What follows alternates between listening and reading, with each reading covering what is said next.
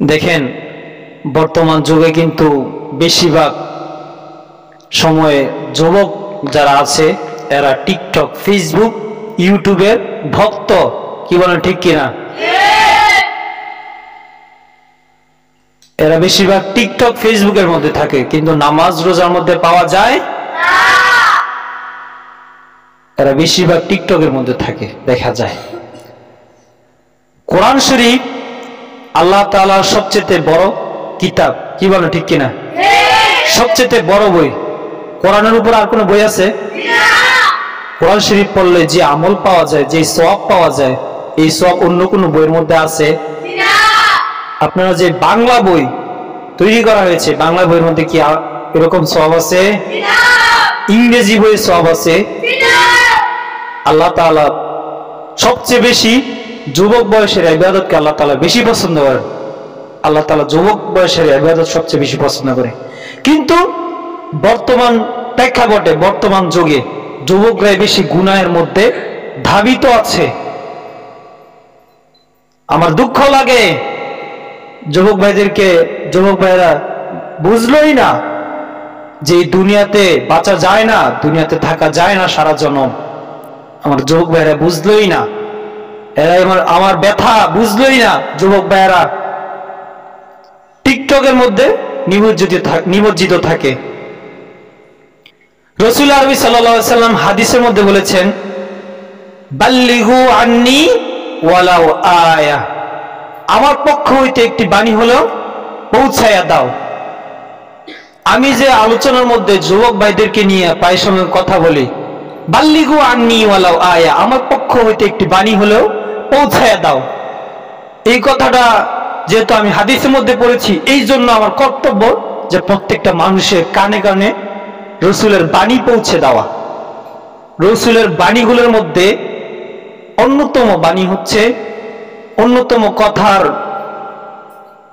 বই হচ্ছে মহাগ্রন্থ আল কোরআন। মহাগ্রন্থ আল কোরআন, কোরআন শরীফ হচ্ছে সবচেয়ে বড় বই।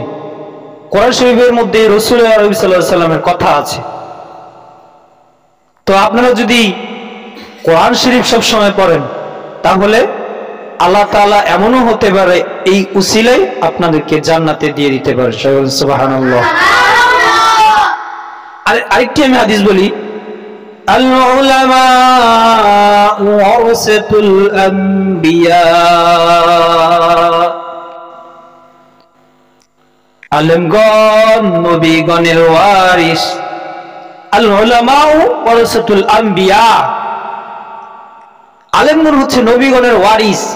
অথচ বর্তমান যুগে দেখা যায় সাধারণ পাবলিকেরা আলেমদেরকে সম্মান করেই না, মূল্য করেই না, মূল্যায়ন দেয়ই না।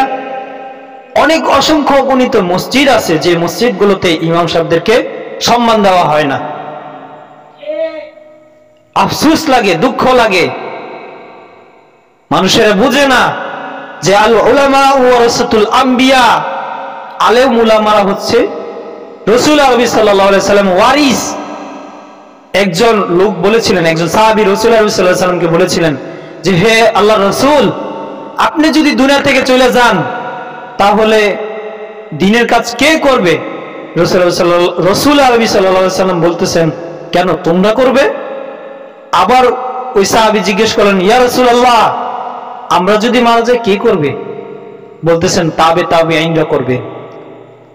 ওরা যদি মারা যায় কে করবে? রাসূল আরবি সাল্লাল্লাহু আলাইহি সাল্লাম বলেছেন যে আলেম উলামারা আমার এই দ্বীনের কাজ করবে, আর এরা হচ্ছে আমার ওয়ারিস, এরা আমার বংশধর। আর আমার বংশধরদেরকে যারা গালাগালি করবে এরা আমার শত্রু, আল্লাহর শত্রু। কি বলেন, ঠিক কিনা? আলেম উলামাদেরকে অনেকে দেখতে পারে না।